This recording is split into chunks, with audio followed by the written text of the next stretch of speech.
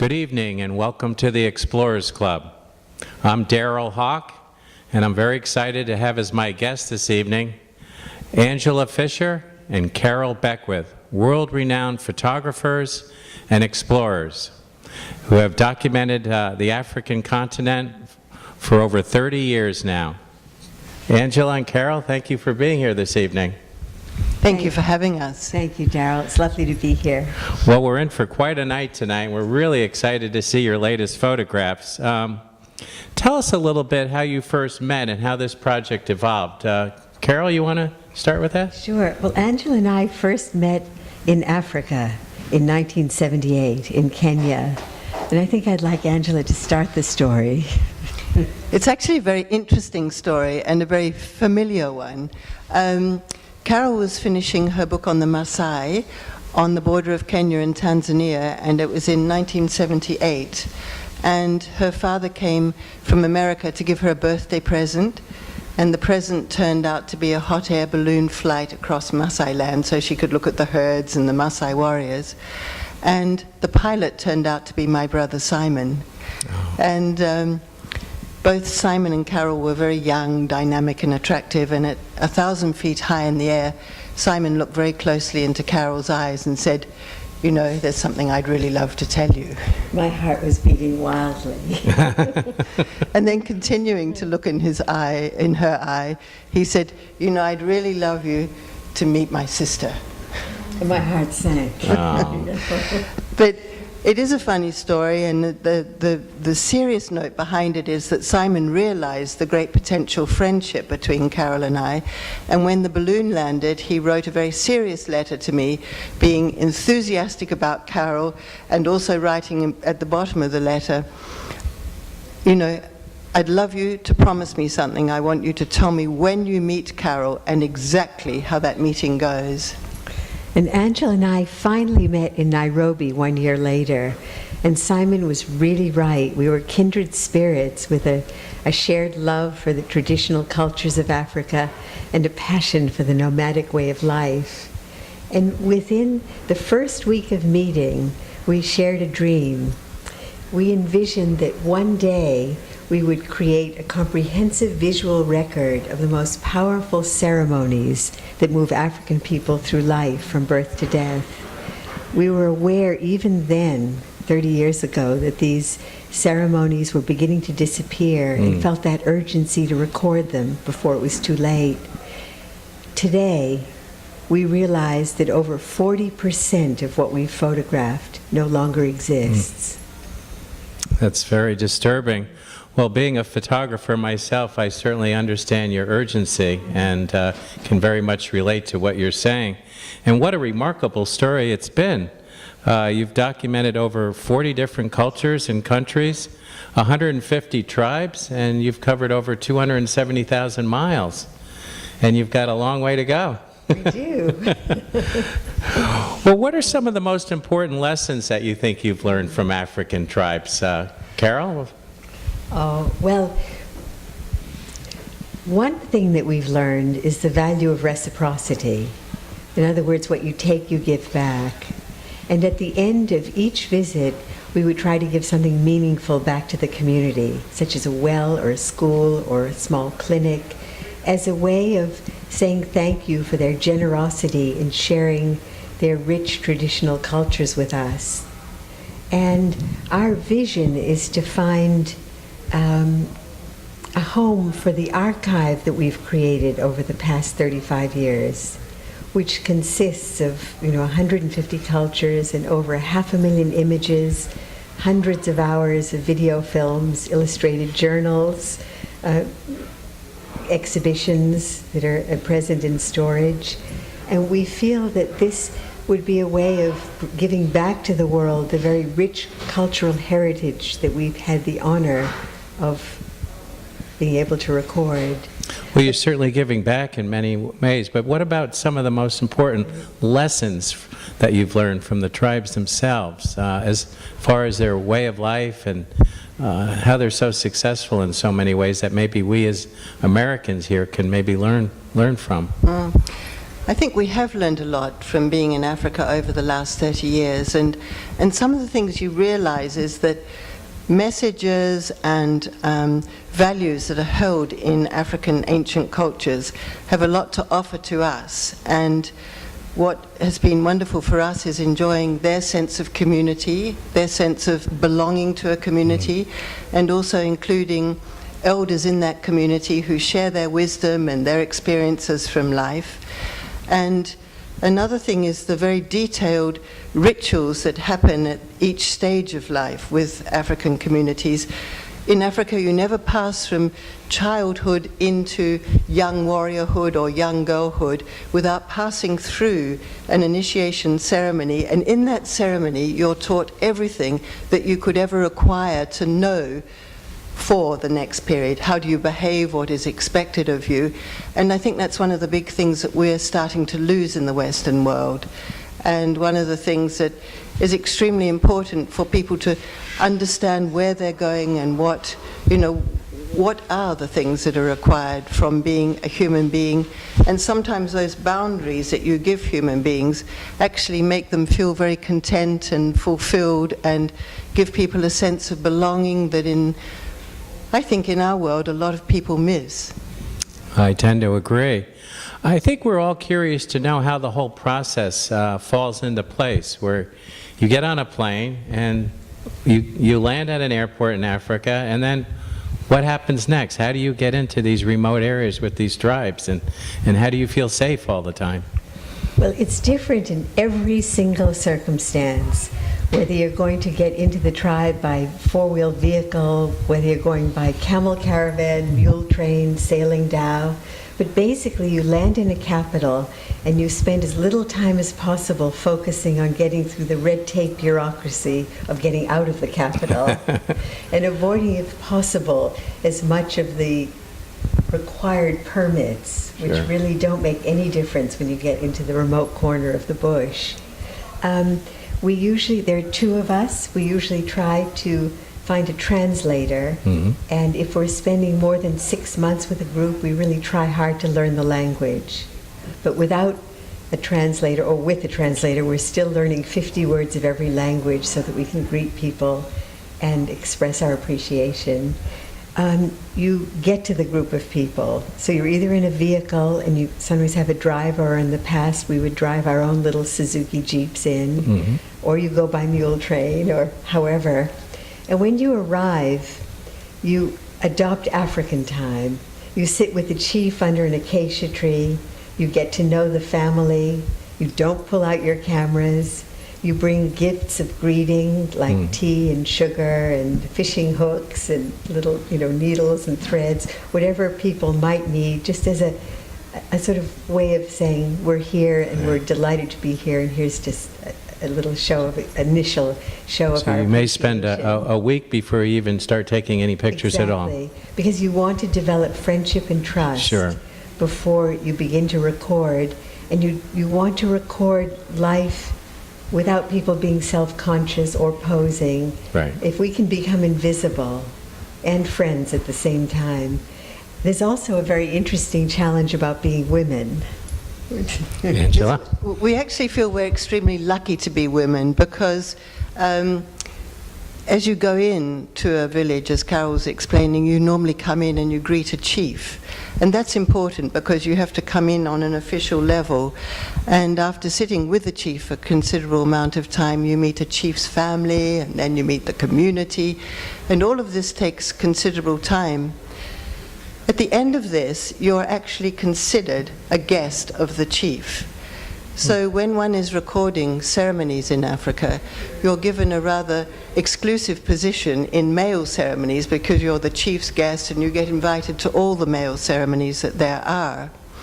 But because Carol and I are women, we also have a sort of access and easy way in to women's rituals and the secret life of women, which we realize that we're very blessed to be, because no matter how good a photographer you are, if you're a man, you would never see any of these particular ceremonies. This is a very secret life, and it's never revealed to men. What's delightful is that the women want to transform you. you come in and they're not particularly impressed by how you look. So they say, we could really improve you so that you could fit in a little better. And they sometimes will redress you with embroidered costumes, they'll tress your hair, they'll draw with kohl little scarification designs so your face is a bit more patterned and sparky. And then they'll rename you. And I was named Fatima after the beloved wife of the Prophet Muhammad, and Angela was named. I thought, my God, if they've named Fatima, where do I stand? I mean, how can I live up to that? But I was so lucky. I was named Julama after a very beautiful Wadabi girl, and I did feel very happy about that. And what was so sweet is once you're renamed, you're really considered part of the family.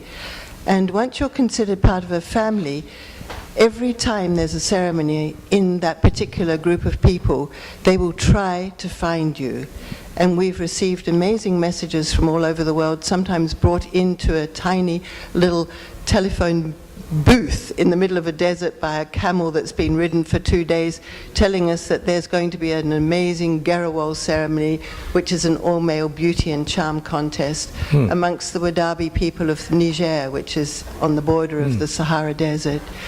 But we have been very lucky, and as we've worked through the years, we have been always asked to come to ceremonies, and with the last book that we did, we had not ever included the Pokot people from Western Kenya, and the Pokot people actually wrote to us saying, you know, we've seen your double volume, and would you ever consider including us in your next volume? We feel very left out.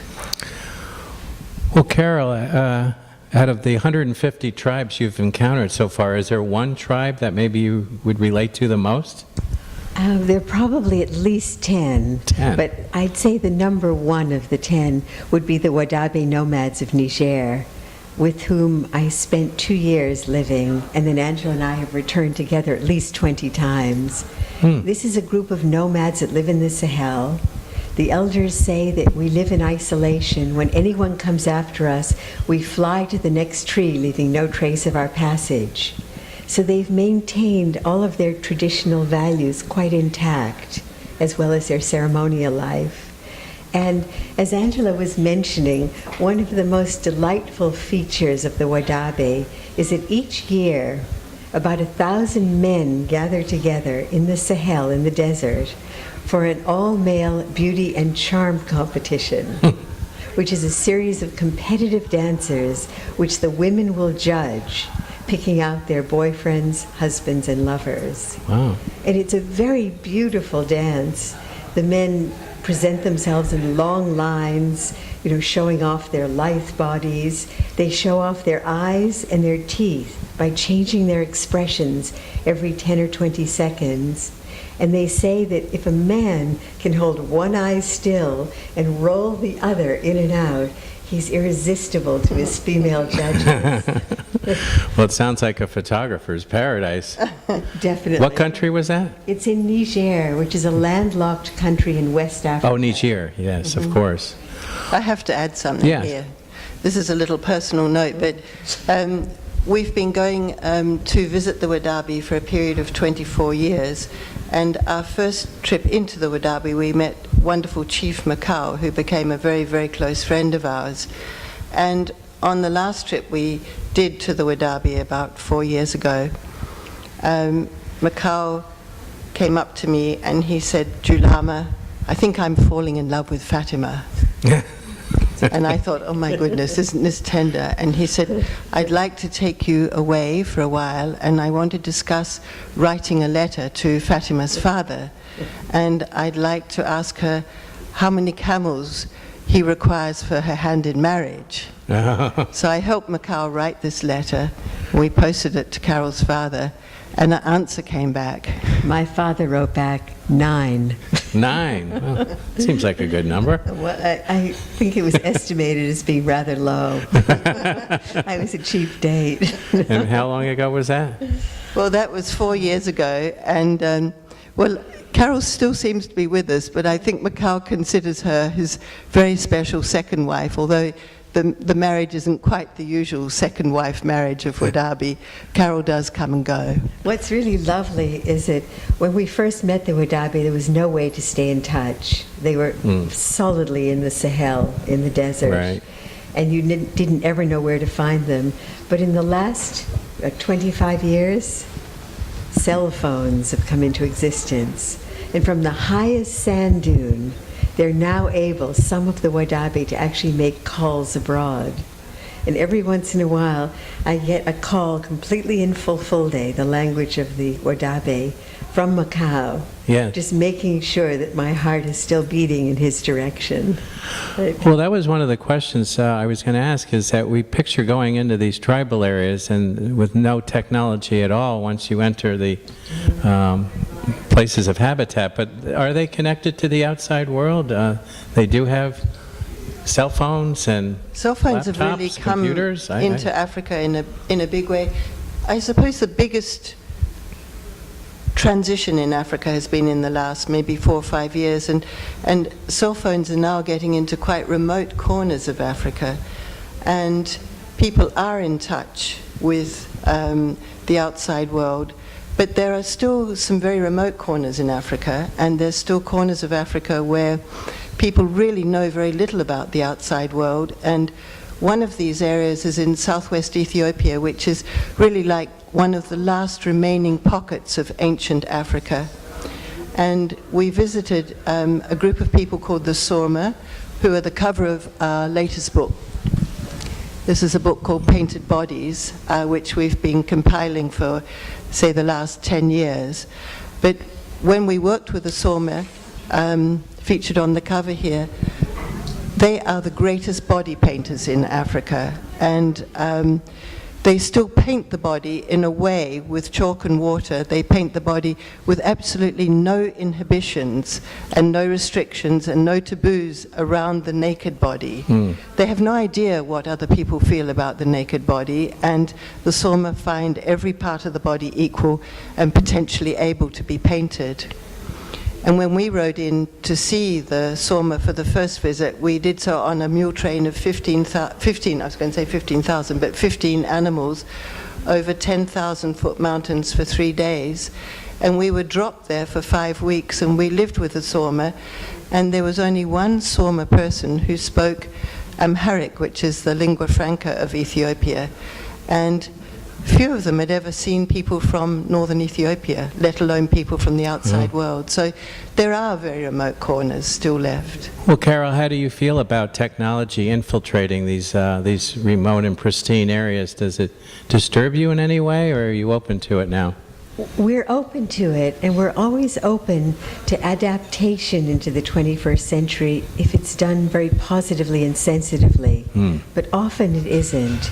And many of the elders invite us to ceremonies, like a once every 7 or 10 year ceremony, saying, we want you to record it because we know this is the last time it will ever take place.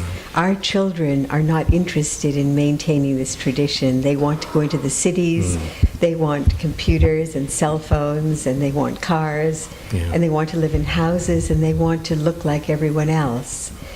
And the elders are very sad about this because the values disappear along with the physical, geographical transitions. So it's very similar to most third world countries everywhere around the world. It's similar, but something quite unusual is happening, and we're receiving this in our lectures both in Africa and the United States.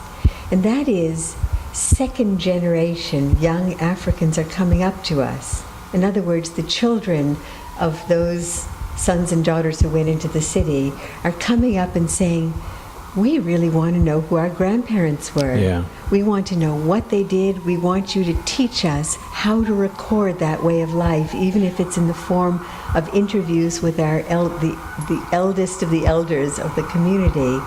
We're interested in reviving some of these traditions, or at least understanding them and finding a way to preserve them. That's great. There's a wonderful feeling that in skipping a generation, there's a very sincere and genuine revived interest in understanding the value of the past. And I always felt Africa is probably one of the most spiritual continents in the world. And do you feel that these tribes are losing a certain degree of spirituality because of the role that technology is playing now? I think one of the things that's happening is that people are becoming enchanted by the materialistic aspect of the outside world. You know, they feel that maybe to own something is so important, or to have, you know, definitely to have a cell phone is very important. Just it shows that you've made it. And in a way, some of the values of traditional societies, which we believe very much in, which do have a very strong spirit world, and one of the enchanting things about Africa is that many people traditionally believe in the spirits of their environment, the spirits of the bush, and the spirits of their ancestors. So the powerfulness of the African continent and the richness of all the different kinds of ways of worshipping and spirit worship has been very exciting. And one of the things that we feel is most important is that as people move into Western society, which is inevitable, and one always wishes that everyone has the benefits of the outside world, but we really hope that they remember to embrace their past as they journey forward, and that we, in our way, should embrace our past. And the interesting thing is that we're all human beings. We all came from Africa. So that's why I think many people, when they get off a plane in Africa, say, my God, you know, I got off the plane and I feel so at home. Well, we were all coming from a common ancestor in Africa, and early on, 60,000 years ago, probably due to a drought or some great climate change, there was a mass migration of people from Africa out into the Middle East and throughout the world. And people like the Bushmen of the Kalahari Desert were amongst those that stayed behind.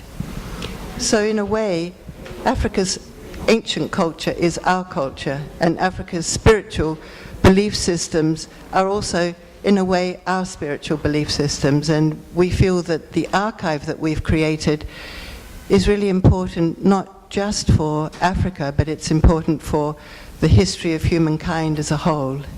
Well, I feel so strongly about what you're doing, and I think it's admirable. Your talent, your courage, your wisdom, and your enthusiasm are a great asset to all of us here in the world, and especially here at the Explorers Club. And we're really excited to hear your presentation tonight. And one last question, how long do you foresee this project going on for? Carol? We don't foresee an end, and we're trying to master the art of longevity so we can have at least another 50 years. I think the end may sadly be the disappearance of these cultures, but our passion for the subject is very much alive, and our commitment to the work we're doing is So you strong. foresee doing this photography for another 20, 30 years, perhaps, as long as your health is willing? I think we just take one day at a time. One learns that in Africa particularly. You just, you know, you live life, you follow your passion, you work as well as you can. Yes. And who knows what the future will bring. But we've just finished Painted Bodies, and we're launching that book, which is a celebration of the oldest art forms of body decoration in Africa. And then our next book, which is 2014, is African Twilight, which, as Carol was saying, is bringing in all the ceremonies from the very far-off corners of Africa that we didn't manage to include in the double volume of African ceremonies in 1999. Well, thank you for being here this evening. We really enjoyed having you as our guest, and we look forward to your presentation tonight. Thank you. Thank you for having me.